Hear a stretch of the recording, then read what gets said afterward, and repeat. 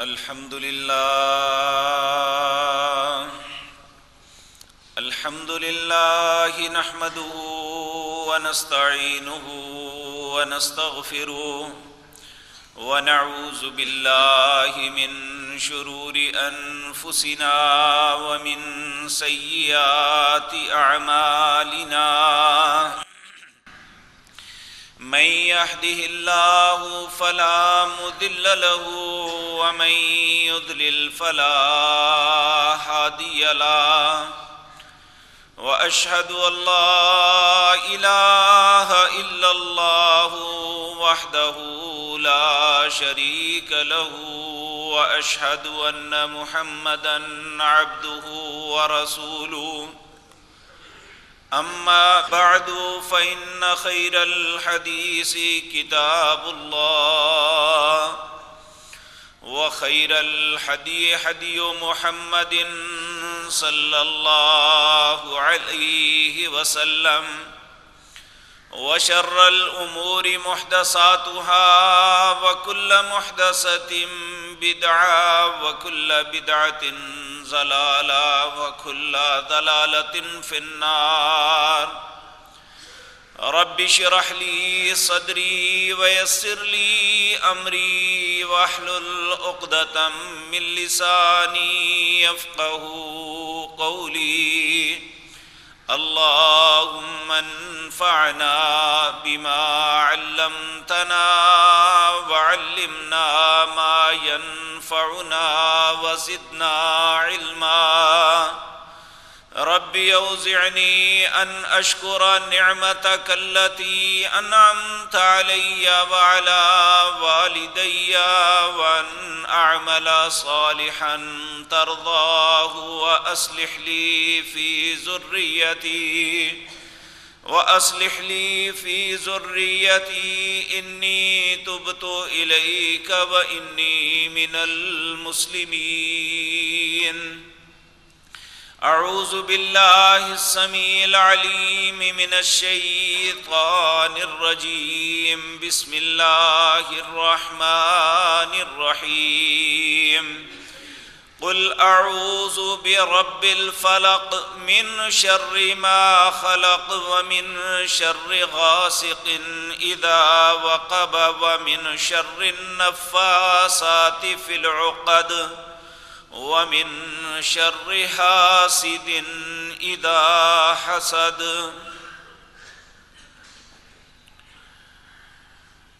حضرات محترم، انسانی شخصیت دو چیزوں کا مجموعہ ہے، ایک انسان کا جسم ہے اور ایک انسان کی روح ہے۔ اگر یہ دونوں چیزیں ملی ہوئی ہوں تو وہ زندہ اور خوبصورت چلتا پھرتا باہوش عقل مند انسان ہے۔ اگر روح جو ہے وہ انسانی جسم سے الگ ہو جائے تو وہ ایک میت ہے، وہ ایک بدبودار اور متعفن چیز ہے۔ اس کو بے شک وہ محبت کرنے والی اولاد کا باپ کیوں نہیں، کوئی بھی اولاد اپنے باپ کی لاش کو گھر نہیں رکھتے، کوشش ہوتی ہے کہ اب یہ کسی کام کی چیز نہیں، اسے دفنا دو۔ لیکن یہ ایک حقیقت ہے، وہ جسم جو ایک عارضی چیز ہے، جو فنا ہونے والا ہے، خراب ہونے والا ہے، گل اور سڑ جانے والا ہے، اگر یہ جسم بیمار ہو جائے ہم اس کے لیے فکر مند ہو جاتے ہیں، ڈاکٹرز کے پاس دوڑتے ہیں، اس کے علاج کے لیے بیرون ملک سفر کرنا پڑے تو کرتے ہیں کہ کسی طرح جسم کی بیماری جو ہے اس کا حل نکل آئے، میرا جسم درست ہو جائے، چونکہ وہ ظاہراً نظر آتا ہے۔ لیکن میں اور آپ ہر انسان جو روح ہے، جو انسان کی حقیقی چیز ہے، جب یہ جسم نہیں تھا تب بھی روح موجود تھی، جب یہ جسم ختم ہو جاتا ہے روح پھر بھی رہتی ہے۔ یہ ایک الگ بات ہے کہ اس کا ٹھکانہ دونوں میں سے ایک ہوتا ہے، یا تو اللہ اسے علیین میں لکھ دیتا ہے جنت کے اعلی مقام میں، یا سجین میں قید کر دیتا ہے یعنی جہنم کے نچلے گڑھوں میں۔ جو روح ہے اگر یہ انسان کے ساتھ ہو تو انسان محسوس کرنے والا، سوچنے والا، دیکھنے والا، پھرنے والا ہے، اگر روح نہ ہو تو کچھ بھی نہیں۔ تو جو ناپائیدار چیز ہے ہم اس کے لیے تو اس کے علاج کے لیے تو لاکھوں کروڑوں خرچ کر دیتے ہیں۔ کسی انسان کا بازو خراب ہو جائے، وہ چاہتا ہے کہ کچھ بھی ہو جائے یہ درست ہونا چاہیے، کٹ جائے تو کہتے ہیں لگ جائے۔ آج کل بہت بڑی بیماری عام ہے جگر کا خراب ہو جانا، اس کی پلانٹیشن کے لیے تقریباً 40 سے لے کر 70 لاکھ روپیہ لگا دیتے ہیں کہ جگر بچ جائے، اس کو تبدیل کرواتے ہیں۔ جسمانی بیماری کے لیے اتنی تگودو، جب بھی کوئی نئی بیماری آتی ہے پوری دنیا پریشان ہو جاتی ہے، اس کے علاج کے لیے سر جوڑ کے بیٹھ جاتے ہیں۔ لیکن اے حضرت انسان تیری دانائی پہ بہت فخر، لیکن جب روح بیمار ہوتی ہے تو کوئی انسان نہیں سوچتا اس بیماری کا کیا حل کرنا چاہیے، جبکہ جسم بیمار ہو جائے یہ تندرست ہو جاتا ہے، یہ اس کو بچایا بھی جا سکتا ہے اور بعض اوقات وہ بیماری اسے ختم کر دیتی ہے۔ لیکن جب روح بیمار ہو جائے میرے عزیز بھائیو، اسے کوئی نہیں بچا سکتا۔ اور یاد رکھیں جس طرح جسم کی مختلف بیماریاں ہیں، اس طرح انسانی روح کے اندر بھی مختلف بیماریاں لگتی ہیں۔ جسمانی بیماری تو صرف جسم کو دنیا میں تباہ کرتی ہے، اور روحانی بیماری دنیا اور آخرت میں اسے تباہ کر دیتی ہے۔ ان بیماریوں میں ایک بیماری ہے حسد۔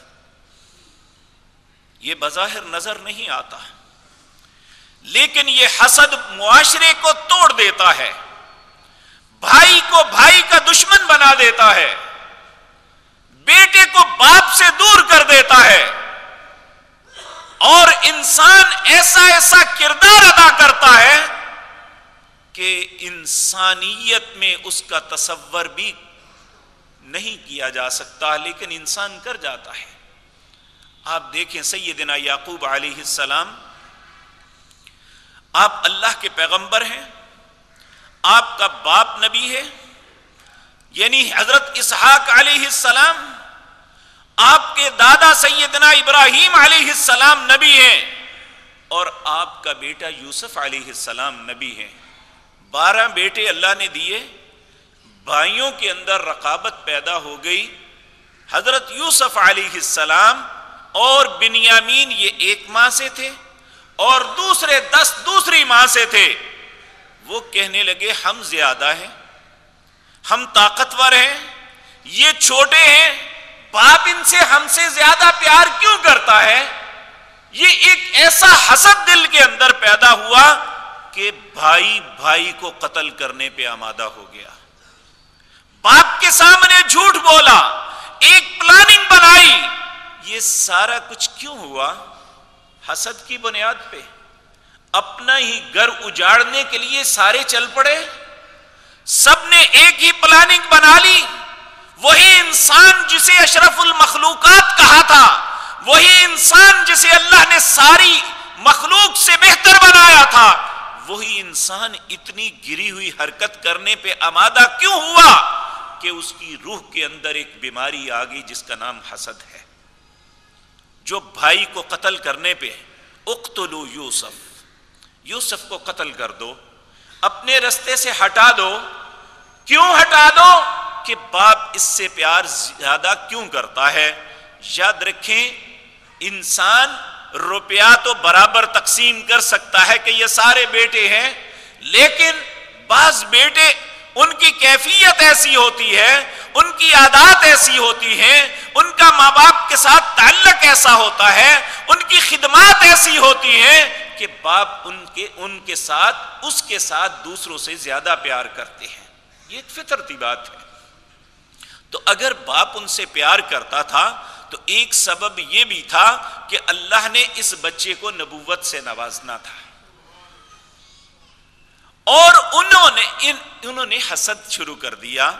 اور یاد رکھیں، آج جس وقت میں اور آپ دنیا میں اپنی زندگی کا وقت گزار رہے ہیں، ہمارے معاشرے میں، اسلامی معاشرے کے اندر، امت محمد الرسول اللہ صلی اللہ علیہ وسلم کے اندر یہ بیماری اتنی پھیل گئی ہے، شاید دنیا میں کوئی بدترین قسم کا کینسر بھی اتنا پھیلا نہ ہوا ہو جتنا یہ حسد کی بیماری ہماری روح کو چاٹ رہی ہے، ہماری زندگی کو ہم پہ تنگ کر رہی ہے، اور ہمارے معاملات دن بدن بگڑتے جا رہے ہیں. سوال یہ پیدا ہوتا ہے، حسد کیا ہوتا ہے؟ کیوں ہوتا ہے؟ حسد یہ ہے کہ انسان، اللہ نے اس کا رزق، اس کی عزت، اس کے معاملات، اس کی شکل و صورت، اس کا خاندان، اس کے لیے اولاد، ہر انسان کی قسمت میں الگ لکھا ہے. ہم اتنے لوگ یہاں بیٹھے ہیں، کسی کی صورت ایک دوسرے سے نہیں ملتی، اور یہ ایک فطرتی بات ہے.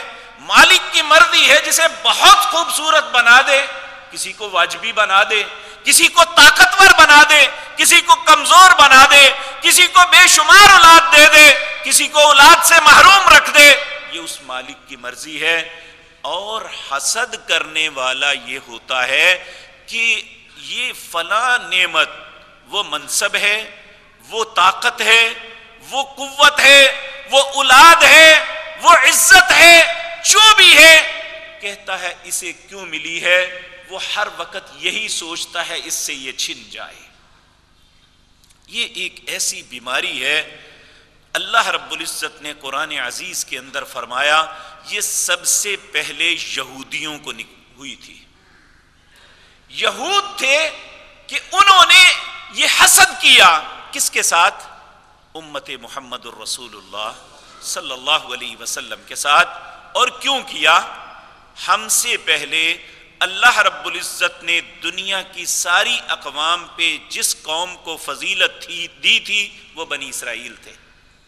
اللہ نے سورۃ بقرہ میں فرمایا، یا بنی اسرائیل اذکروا نعمتی التی انعمت علیکم وانی فضلتکم علی العالمین. اے بنی اسرائیل، میں نے دنیا کی ساری قوموں پہ، بلکہ دونوں جہانوں میں تمہیں فضیلت دی ہے. اب وہ فضیلت ان سے چھن گئی. کیوں؟ ان کی کرتوتوں کے سبب، ان کی انہی جسمانی اور روحانی بیماریوں کے سبب. جب یہ چھن گئی، اللہ نے جب رسول اللہ صلی اللہ علیہ وسلم کو معراج کی بہترین معجزے سے نوازا، اس دن ان سے یہ منصب چھین کے اللہ نے امت محمد الرسول اللہ صلی اللہ علیہ وسلم کو عطا کیا. تو اس وقت ان کے دل میں اتنا حسد مسلمانوں کے لیے پیدا ہوا، قیامت تک کے لیے ان کے دل جلتے ہیں ہر وقت. ان کے اندر ایک آگ لگی ہوئی ہے. اللہ نے قرآن میں تذکرہ کیا، ام یحسدون الناس علی ما آتاہم اللہ من فضلہ. یہ حسد کرتے ہیں جو اللہ نے امت محمد الرسول اللہ صلی اللہ علیہ وسلم کو اپنے فضل سے ایمان کی دولت اور دنیا کی امامت کی نعمت سے نوازا. اس لیے یہودی ان سے حسد کرتے ہیں. اور یاد رکھیں، اللہ کیوں حسد کرتے ہیں؟ کہ وہ کہتے ہیں جس طرح کمینگی میں وہ گر گئے، جس طرح وہ اسلام سے نکل کے کفر میں چلے گئے، اللہ کی نعمتوں سے محروم ہو کے ملعون بن گئے. وَدَّ كَثِيرًا مِّنْ أَهْلِ الْكِتَابِ لَوْ يَرُدُّوكُم مِّن بَعْدِ إِيمَانِكُمْ كُفَّارًا حَسَدًا مِّنْ عِندِ أَنفُسِهِمْ. بہت سے اہل کتاب جو ہیں وہ چاہے عیسائی ہیں یا یہودی ہیں، اللہ رب العزت فرماتے ہیں سورۃ بقرہ میں، وَدَّ كَثِيرًا مِّنْ أَهْلِ الْكِتَابِ، اہل کتاب میں سے کثیر لوگ کیا چاہتے ہیں؟ لو یردونکم من بعد ایمانکم کفارا، جو لوگ محمد الرسول اللہ صلی اللہ علیہ وسلم پر ایمان لائے ہیں، ان کی شریعت کو اپنے لیے قابل سمجھتے ہیں اور اللہ اور اس کے نبی پہ ایمان لاتے ہیں، یردونکم من بعد ایمانکم کفارا، یہ ایمان کے بعد پھر کفر میں آ جائیں. کیوں؟ ام یحسدون حسدا من عند انفسہم، ان کے دل میں جو حسد ہے کہ یہ تو ہمارے پاس تھی، ہم نبیوں کی اولاد تھے، اللہ ہم پہ رحم کرتے تھے، اللہ کے انعامات ہم پہ تھے، یہ سارے کے سارے ہم اللہ کے مغضوب بن گئے، اللہ کا غضب ہم پہ، اللہ کی لعنت اور پھٹکار. اللہ نے دو نبیوں کو اسپیشلی بھیجا تھا، لعن الذین کفروا من بنی اسرائیل علی لسان داود وعیسی ابن مریم ذالک بما عصوا وکانوا یعتدون. اللہ نے داود علیہ السلام کو اور عیسیٰ علیہ السلام کو بنی اسرائیل میں بھیجا اور کہا جا کے ان پہ میری طرف سے لعنت ڈال دو. کیوں؟ ذالک بما عصوا وکانوا یعتدون، یہ بہت گندے ہو گئے ہیں، گناہوں کی آلودگی میں اپنے آپ کو غلیظ کر لیا ہے اور حد سے بڑھ گئے ہیں، اس لیے اب یہ میری رحمت کے مستحق نہیں بنیں گے.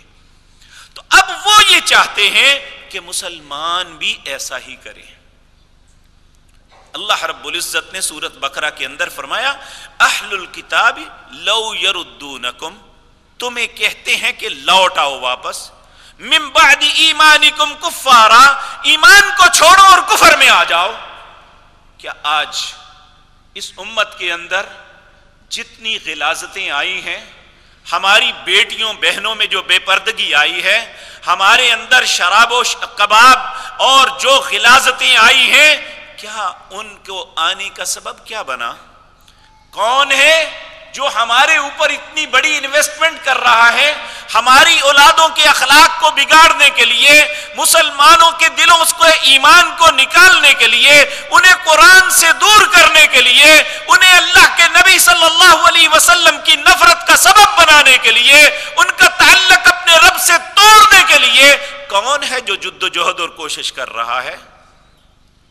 حسدا من عند انفسہم، ان کا حسد ہے جو ہمارے متعلق ہم وہاں سے نکل جائے، اور اگر ہم نے ایسا کر لیا تو ان کی تدبیر تو کامیاب ہو گئی، اللہ کے ہم محبوب رہنے کے بجائے ہم بھی کہیں اللہ نہ کرے اس کے مغضوب نہ بن جائیں. اور میرے عزیز بھائیوں، نبی کریم صلی اللہ علیہ وسلم نے حجۃ الوداع کے موقع پر ایک خطبہ ارشاد فرمایا، آج اس جدید دور کے اندر جب دنیا یہ سمجھتی ہے کہ عقل و دانش ہمارے گھروں سے شروع ہوتی ہے اور یہیں پہ ختم ہوتی ہے، وہ بھی مانتے ہیں کہ ہم دنیا کے سارے انسان، دنیا کے جتنے بھی پارلیمنٹ کے ممبر ہیں، وہ یہ سمجھتے ہیں کہ ہم سارے مل کے اتنے کم لفظوں میں انسانیت کے لیے اتنا بہتر چارٹر نہیں دے سکتے جو آج سے 1400 سال پہلے جناب محمد الرسول اللہ صلی اللہ علیہ وسلم نے عرفات کے میدان میں دیا تھا. اس میں ایک شق یہ تھی، آپ نے ارشاد فرمایا، بے شک رسول اللہ صلی اللہ علیہ وسلم فرماتے ہیں، آپ ارشاد فرماتے ہیں وَإِيَّاكُمْ وَالظَّنَّ، اے میری امت کے لوگوں، میں تمہیں ایک ایسی بات بتاتا ہوں کہ جو تمہاری روحانیت کی بیماریوں سے تمہیں بچا سکتی ہے، تمہاری زندگی کو آسودہ کرے گی، تم اپنے اندر اطمینان اور خوشگوار زندگی محسوس کرو گے. ان میں سب سے پہلی بات یہ یاد رکھو، ایاکم والظن، بدگمانی سے بچو. یعنی ایک بات میں نے آپ کی سنی نہیں ہے، مجھے پتہ نہیں ہے، میں آپ کے متعلق یہ گمان رکھوں کہ آپ میرے متعلق یہ سوچتے ہیں، آپ میرے متعلق یہ باتیں کرتے ہیں.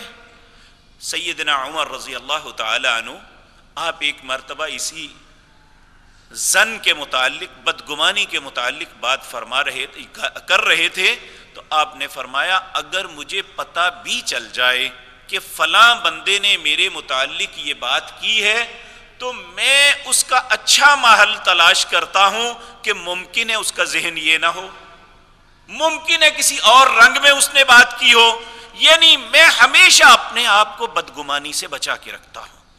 تو یہ بدگمانی انسان کو حسد کے اندر اس غلاظت سے آلودہ کر لیتی ہے۔ اس لیے نبی کریم صلی اللہ علیہ وسلم نے فرمایا ایاکم والظن، بدگمانی سے بچو۔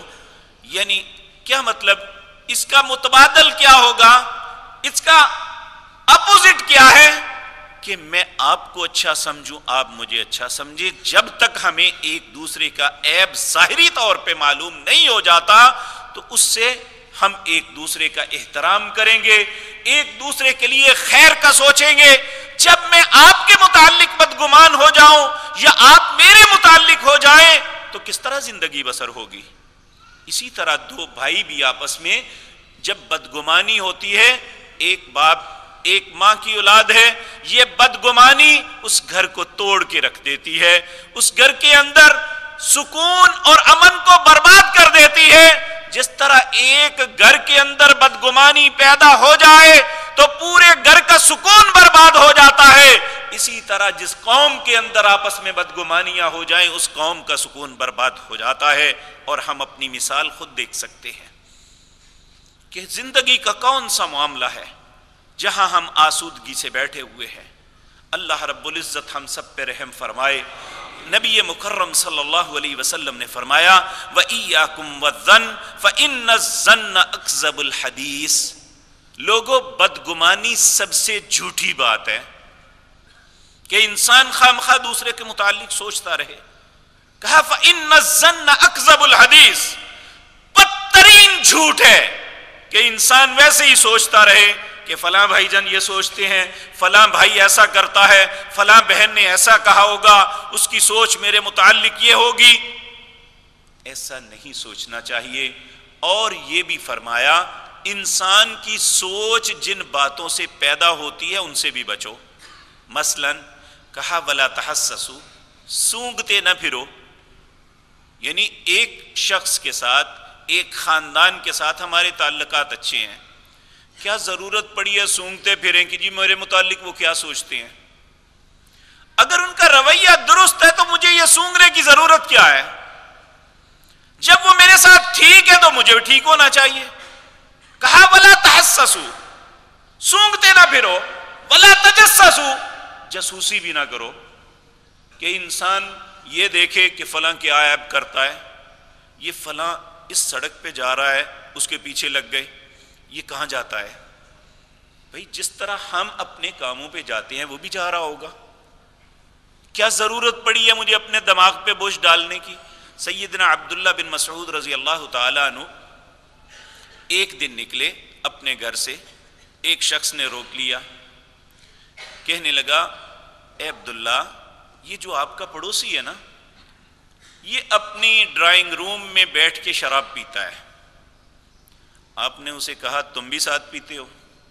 کہنے لگا نہیں، میں نے ایک دن دیکھا تھا۔ آپ نے فرمایا تو نے رسول اللہ کا فرمان نہیں سنا ہوا وَلَا تَجَسَّسُوا، مت جاسوسی کرو۔ کس نے حق دیا تھا اس کے گھر کے اندر جھانک کے دیکھو کہ وہ کیا کر رہا ہے؟ کہا وَلَا تَجَسَّسُوا، ایک دوسرے کی جاسوسی نہ کرو۔ اور پھر فرمایا وَلَا تَنَافَسُوا، تنافس بھی نہ کرو۔ تنافس کیا ہے؟ تنافس یہ ہے کہ دوسرے کے متعلق دل کو تنگ رکھنا۔ خود تو انسان سب کچھ کرے لیکن دوسرے کے متعلق بڑا سخت دل کے اندر قدورت بھر کے رکھے کہ فلاں ایسا کیوں ہے، اگر کوئی خوبصورت ہے یہ کیوں ہے، اگر کسی کے مال ہے تو کیوں ہے، اگر کسی کا کام چلتا ہے تو کیوں چلتا ہے، اگر کسی کے ساتھ یہ فلاں آسانی ہے تو کیوں ہے، العیاذ باللہ۔ اور یہ خباثت ہم الا ماشاء اللہ ہمارے معاشرے کے اندر جس طرح سرطان پورے جسم میں پھیل جاتا ہے یہ اسی طرح پھیلی ہوئی ہے۔ حالانکہ پھر اسی طرح کہا ولا تحاسدوا، حسد نہ کرو، کسی کے ساتھ حسد نہ کرو۔ ایک بڑا عجیب و غریب واقعہ آتا ہے حضرت انس بن مالک رضی اللہ تعالیٰ عنہ کہتے ہیں ایک دن ہم رسول اللہ صلی اللہ علیہ وسلم کے پاس ہم بیٹھے ہوئے تھے، تو آپ نے فرمایا ابھی تمہارے پاس ایک شخص آئے گا اور میں اس کے متعلق جنت کی بشارت دیتا ہوں۔ کہتے ہیں تھوڑی دیر گزری، ایک شخص آئے، وہ ایک انصاری تھے جن کا نام سعد بن مالک رضی اللہ تعالیٰ عنہ ہے۔ کہتے ہیں جب وہ آئے، ان کے بائیں ہاتھ میں ان کے جوتے تھے، ان کی داڑھی سے وضو کا پانی ٹپک رہا تھا۔ آ کے ہم میں بیٹھ گئے، ہم نے بات آئی گئی کر دی۔ دوسرا دن پھر آیا، ہم بیٹھے ہوئے تھے رسول اللہ صلی اللہ علیہ وسلم کے پاس، آپ نے فرمایا ابھی تم میں ایک شخص آئے گا جو جنتی ہے، اگر کوئی جنتی کو دیکھنا چاہتا ہے تو اسے دیکھ لو۔ دوسرے دن پھر وہی صحابی آ گئے، تیسرے دن پھر ایسا ہی ہوا۔ اب دیکھیں، ہم غلط کام میں ایک دوسرے کی ریس کرتے ہیں، اسے سوچتے ہیں، اس کے پیچھے چلتے ہیں اور کوشش کرتے ہیں جیسے یہ کرتا ہے میں بھی کروں۔ لیکن صحابہ کرام رضوان اللہ علیہ مجمعین، اللہ ان کی قبروں کو نور سے بھر دے، ان کے دل میں نیکی کی خواہش تھی کہ اگر ایک شخص بڑا اچھا ہے تو میں بھی ویسا بنوں۔ حضرت عبداللہ بن عمر رضی اللہ تعالیٰ عنہ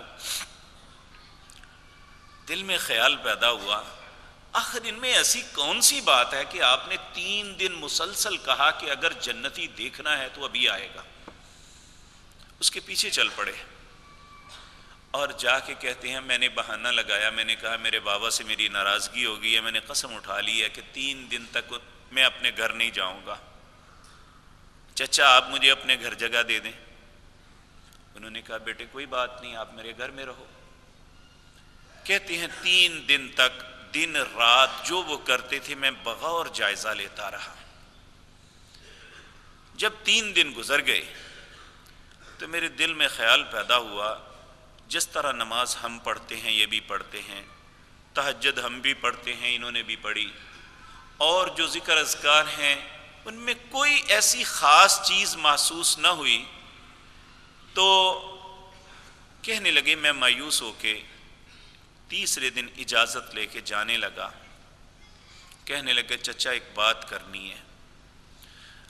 حضرت سعد بن مالک رضی اللہ تعالیٰ عنہ کہتے ہیں کیا بات کریں؟ کہنے لگے اللہ کے رسول صلی اللہ علیہ وسلم کے پاس ہم بیٹھے ہوئے تھے تو آپ نے 3 دن تک آپ یہ بات کہی، میری بابا کے ساتھ میری کوئی ناراضگی نہیں ہے، میں صرف آپ کے اعمال کو دیکھنے کے لیے یہاں آیا ہوں، تو مجھے کوئی خاص چیز نظر نہیں آئی، تو میں مایوس جا رہا ہوں۔ کہنے لگے بیٹے اس میں کوئی شک نہیں، جو تم کرتے ہو وہی میں کرتا ہوں، کوئی ایسی اسپیشل بات نہیں جو میں تم سے الگ کروں عبادات کے معاملے میں، پر بیٹے 2 باتیں ایسی ہیں جن کے متعلق میں توقع رکھتا ہوں کہ شاید ان 2 باتوں کی وجہ سے اللہ کے نبی نے یہ کہا ہوگا۔ کہنے لگے میں نے پوچھا چچا وہ کون سی باتیں ہیں؟ کہنے لگے پہلی بات میں کسی سے حسد نہیں کرتا، اور دوسری بات میرا سینہ مسلمانوں کے لیے تنگ نہیں ہے۔ تو سیدنا عبداللہ بن عمر ساری زندگی کہتے رہے یہی 2 عمل تھے جن کی وجہ سے اللہ کے نبی نے 3 دن تک مسلسل کہا کہ اگر جنتی دیکھنا ہے تو ابھی آئے گا۔ کیا ہمارا سینہ بھی مسلمانوں کے لیے کشادہ ہے؟ کیا ہمارے دلوں میں بھی کسی کے لیے حسد نہیں ہے؟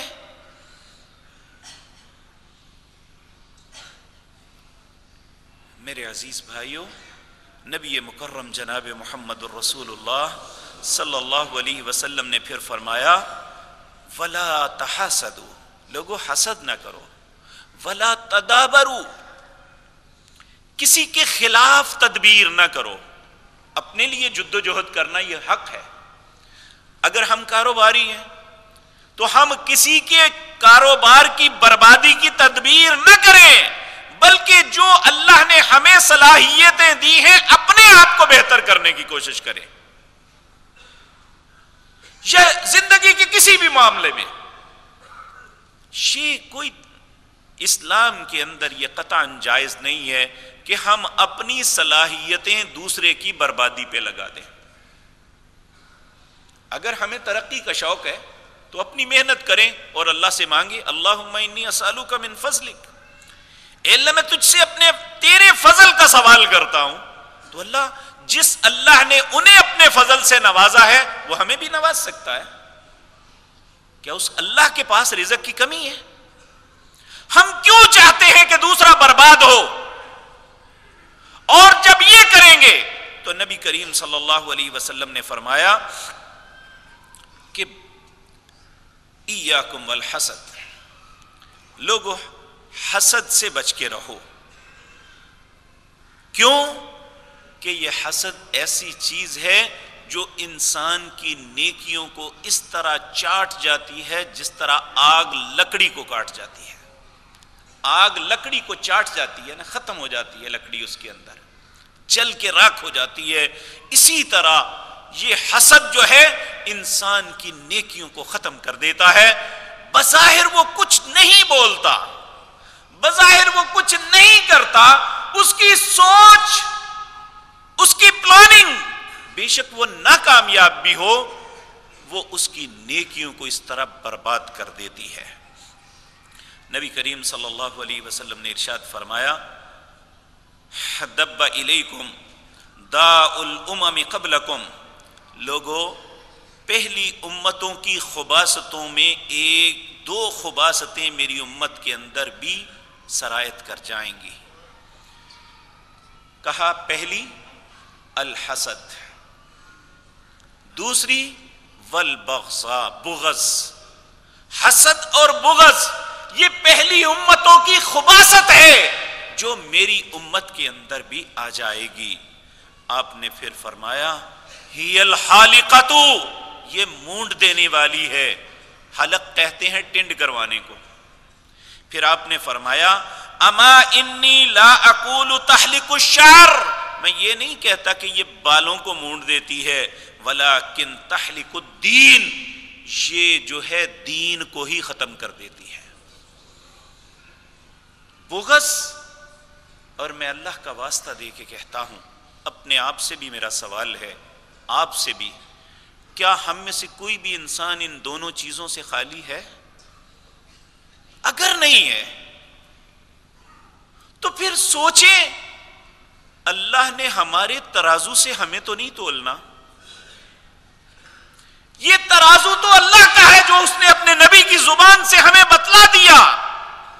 اگر ان ترازو میں ہمیں تولا گیا تو ہماری حیثیت کیا بچے گی؟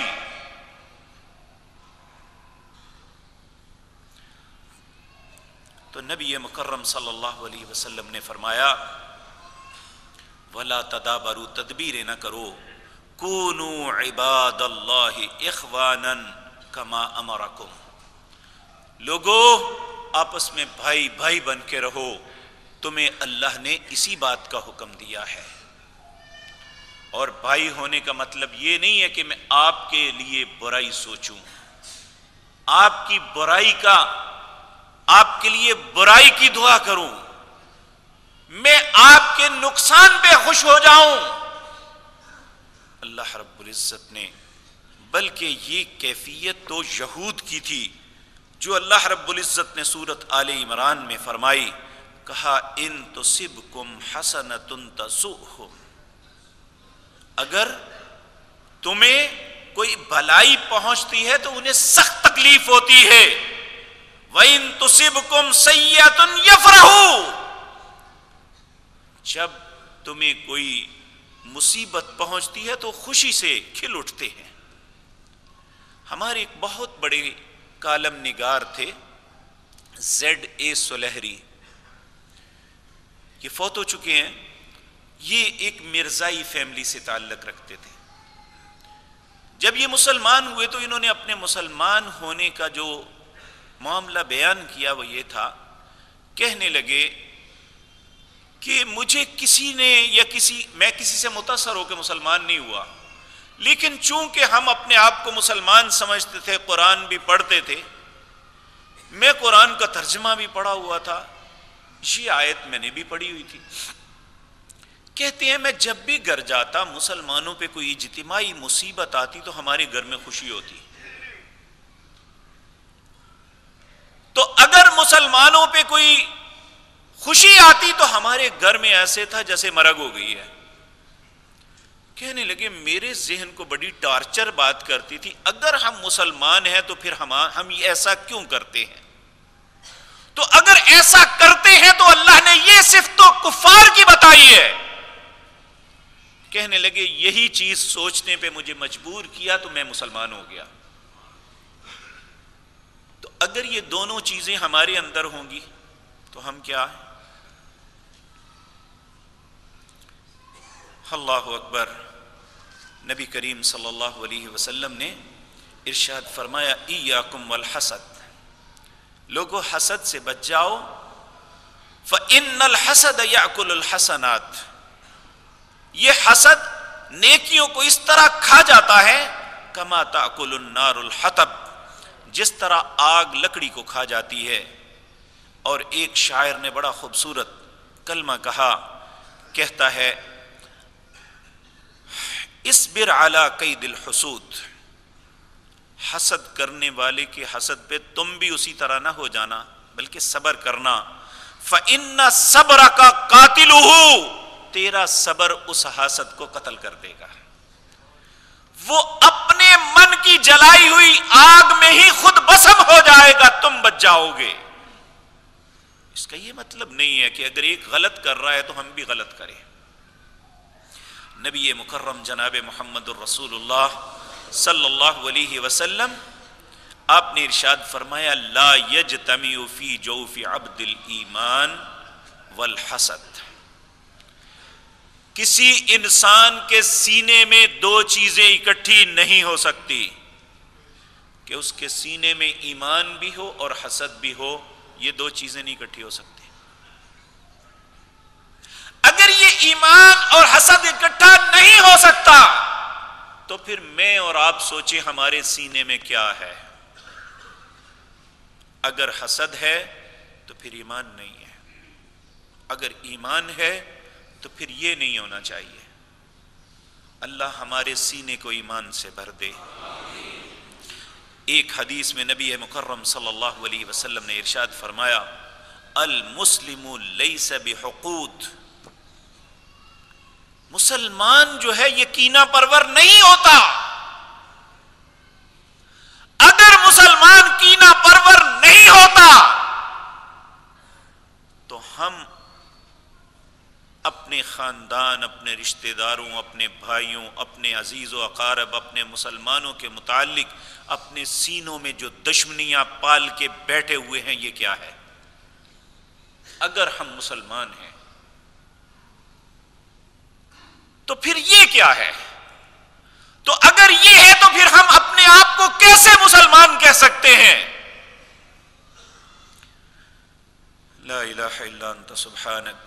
نبی مکرم جناب محمد الرسول اللہ صلی اللہ علیہ وسلم نے ارشاد فرمایا لیس منی ذوی الحسد ولا نمیمت وکہانت ولا انا منہ، وہ شخص اس کا میرے ساتھ کوئی تعلق نہیں، وہ میرا امتی نہیں ہے جس کے اندر تین چیزیں ہوں گی، حسد، غیبت، کہانت، نجومی، کہا ولا انا منہ، اور میں ان میں سے نہیں ہوں، نہ وہ مجھ سے ہے۔ اگر کل قیامت کے دن ہمارے دلوں کے حسد کی وجہ سے اللہ کے نبی یہ کہہ دیں کہ میرا تعلق تمہارے ساتھ نہیں ہے، تو کیا اللہ کی عدالت میں اور کوئی ہمارا ساتھی بن سکے گا؟ تو آج تو ہم نے اسلام کو پھاڑ کے مختلف فرقوں میں بانٹ کے نفرت سکھائی ہے کہ فلاں فلاں سے دشمنی رکھو۔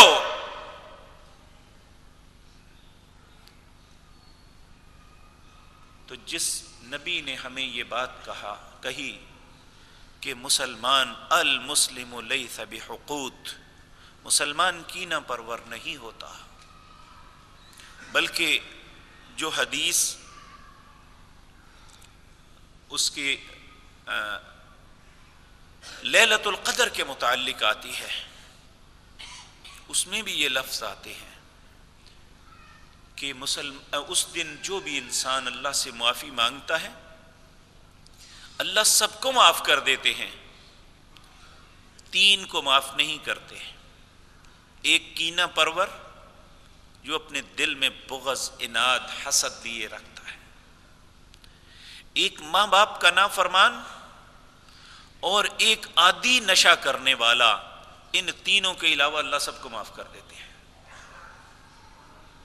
اور ہم اس حسد کو گناہ نہیں سمجھتے، اسے اپنا حق سمجھتے ہیں، حالانکہ یہ ہمارا حق نہیں ہے۔ نبی کریم صلی اللہ علیہ وسلم نے فرمایا ما ذئبان جاعیان ارسلا فی ذریبتها غنم بافسد لها من الحرص علی المال والحسد فی دین المسلم۔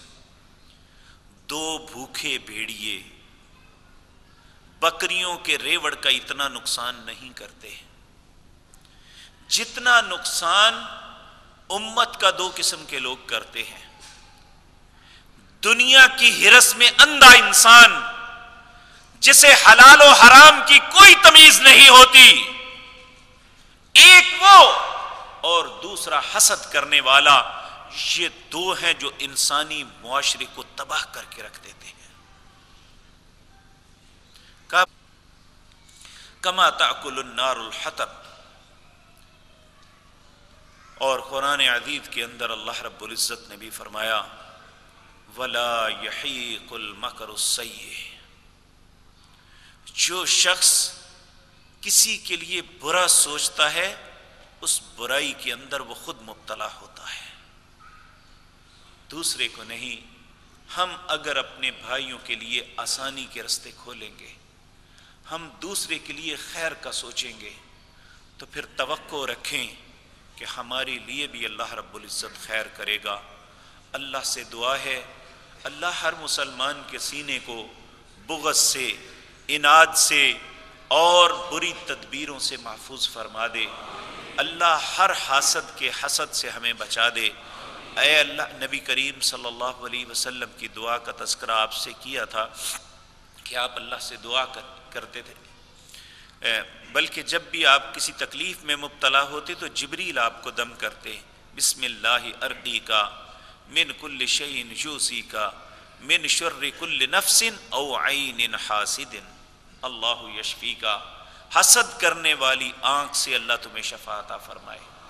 اور صحیح بخاری کے اندر روایت ہے نبی کریم صلی اللہ علیہ وسلم کے 2 خوبصورت نواسے جن کے متعلق آپ نے فرمایا یہ میری شبیہ اور میری خوشبو ہے، سیدنا حسنین رضی اللہ تعالی عنہما، سیدنا حسن اور حسین رضی اللہ تعالی عنہما۔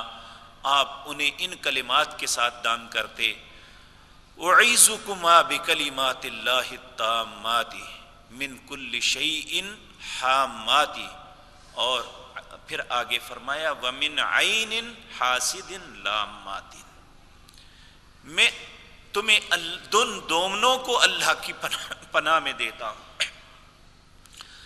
ہر شیطان کے شر سے، ہر موذی جانور کی ایذا سے، ہر حسد کرنے والی آنکھ کی خباثت سے اللہ کی پناہ تمہیں دیتا ہوں۔ تو میرے عزیز بھائیوں، جہاں حسد کرنے والا اپنے آپ میں مرتا ہے وہ اپنے معاشرے کی بھی تباہی کا سبب بنتا ہے۔ اللہ ایسی خباثت سے سب مسلمانوں کو محفوظ فرمائے۔ اقول قولی ھذا واستغفر ان الحمد للہ نحمده ونستعینه ونستغفره ونعوذ باللہ من شرور انفسنا ومن سیئات اعمالنا من يهده الله فلا مضل له ومن يضلل فلا هادي له واشهد ان لا اله الا الله وحده لا شريك له واشهد ان محمدا عبده ورسوله اللهم صل على محمد وعلى آل محمد كما صليت على إبراهيم وعلى آل إبراهيم إنك حميد مجيد اللهم بارك على محمد وعلى آل محمد كما باركت على إبراهيم وعلى آل إبراهيم إنك حميد مجيد۔ یہ کچھ بھائیوں نے اپنے بیماروں کے تذکرہ کیے ہیں، اللہ سب بیماروں کو شفا عطا فرمائے۔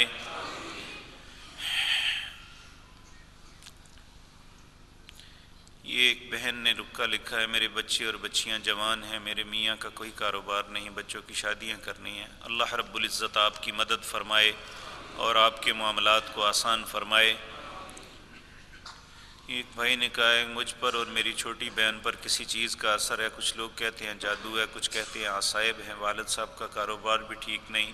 نبی کریم صلی اللہ علیہ وسلم نے فرمایا جس گھر میں سورۃ بقرہ پڑھی جائے اس میں شیطان نہیں رہ سکتا اور جادوگر اس کا توڑ نہیں کر سکتا۔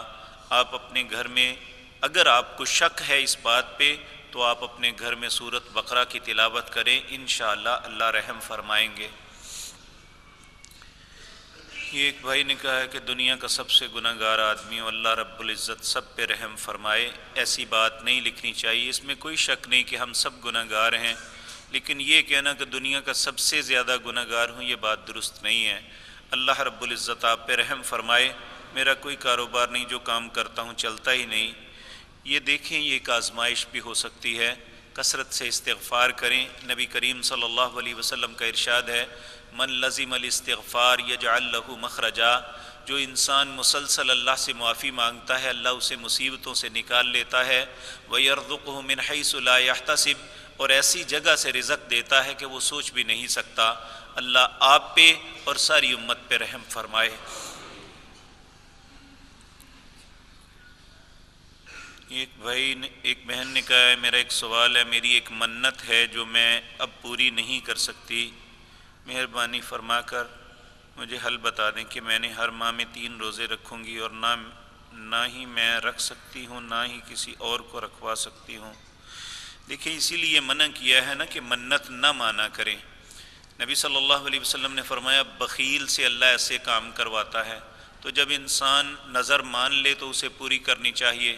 اگر آپ اپنی بیماری یا کسی سبب نہیں کر سکتے تو یہ یاد رکھیں سورۃ بقرہ کے آخری آیات میں جو آتا ہے ربنا لا یکلف اللہ نفسا الا وسعها، وہ انسان اس چیز کا مکلف نہیں جو اس کے بس میں نہیں۔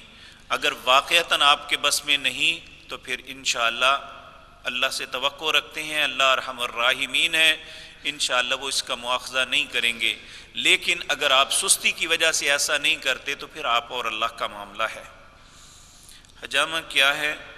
یہ اس زمانے میں ایک طریقہ علاج تھا کہ جسم کے اوپر بلیڈ سے یا چاقو سے ٹک لگا کر پھر ایک سینگ لگا کر منہ کے ساتھ کھینچا جاتا تھا اور اس کے جسم کے اندر جو گندا خون ہوتا تھا وہ باہر نکل آتا، اس سے کئی بیماریوں کا علاج ہوتا۔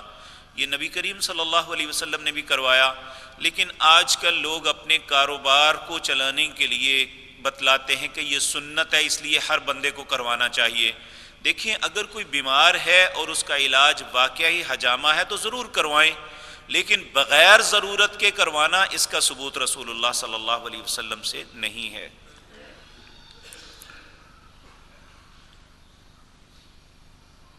یہ خواب کے متعلق کسی نے پوچھا ہے، میں معافی چاہتا ہوں کہ خوابوں کا علم مجھے نہیں ہے، یہ ہر آدمی نہیں بتا سکتا اور میں کوئی ایسی بات نہیں عرض کرنا چاہتا جس کا علم مجھے ہے ہی نہیں۔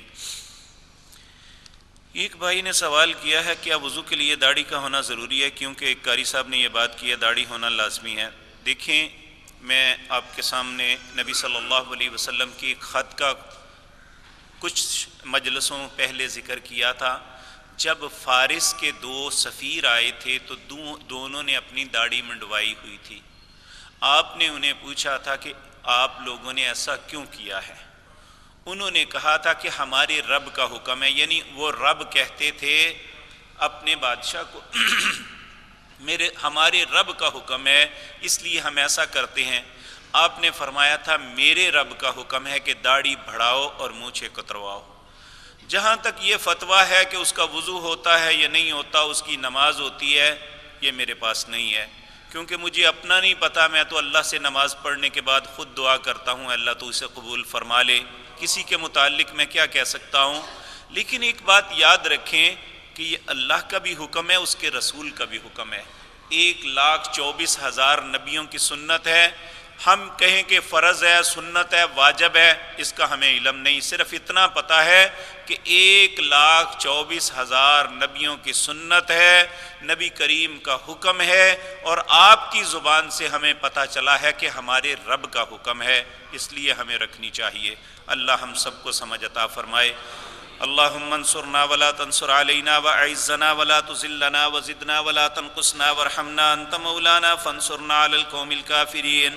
اللہم اعز الاسلام والمسلمین واذل الشرک والمشرکین۔ اللہم دمر اعداء الدین۔ اذهب الباس رب الناس واشف انت شافی لا شفاء الا شفاؤک شفاء لا یغادر سقما۔ اللہم اشفنا بشفائک وداونا بدوائک واغننا بفضلک عمن سواک یا واسع الفضل یا واسع المغفرہ۔ ربنا آتنا خیر الدنیا وخیر الآخرہ وقنا واصرف عنا شر الدنیا وشر الآخرہ۔